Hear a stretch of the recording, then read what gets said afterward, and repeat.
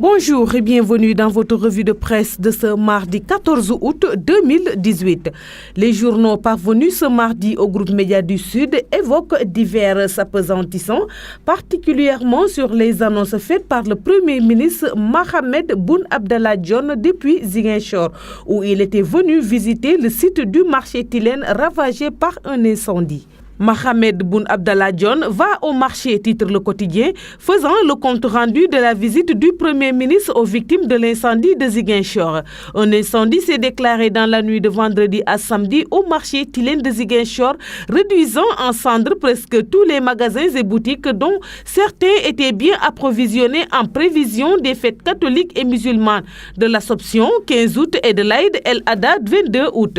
Le marché Tilène est l'un des plus importants centres commerciaux de la région de Ziguinchor. Les sapeurs-pompiers ont mis plusieurs heures pour contenir les flammes. La cause du sinistre reste un mystère. Le Quotidien annonce que le Premier ministre promet un marché sous-régional. Le Soleil lui emboîte le pas en tirant que le marché de Tilène sera entièrement construit, faisant sien les propos du chef du gouvernement.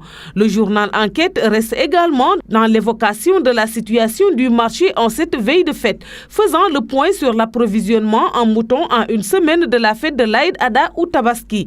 La parution laisse entendre que c'est la grande incertitude. Dans un dossier de plusieurs pages, le journal note qu'à quelques jours de la fête de Tabaski, les points de vente ne sont pas encore approvisionnés en moutons et parle de la crainte des éleveurs par rapport à l'hivernage et au transport des bêtes.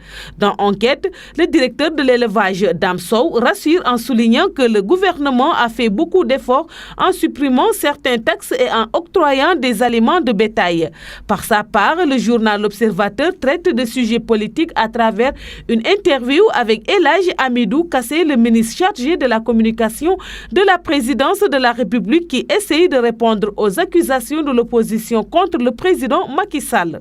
L'opposition prépare l'opinion à sa défaite, déclare El Hadji Hamidou Kassé dans les colonnes du journal du groupe Futur Média pour réfuter les accusations de plusieurs opposants sur les préparatifs d'un hold-up électoral avec la confection de 3 fichiers différents pour la présidentielle 2019. Le responsable du pôle communication de la présidence clame dans l'Observateur: il n'y a qu'un seul fichier électoral, l'opposition le sait. Toujours dans le registre politique, Sud Quotidien aborde la présidentielle 2019, tirant le casse-tête des 2000 signatures pour le parrainage citoyen des candidats.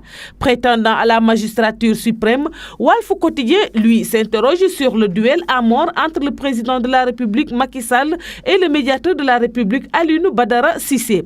Pour Walf Quotidien, entre le président Sall et son ancien bras droit, c'est l'amour impossible. La parution signale qu'un d'entre eux ne prendra l'initiative de franchir en premier la Rubicon et de rompre la relation aussi compliquée à quelques mois de la présidentielle 2019. Abordant un sujet de faits divers, le journal Vox Populi nous plonge dans une horreur qui s'est produite à Pikine, où, écrit-il, une dame a été poignardée à mort son bébé de 3 à 4 mois lundi en fin de matinée.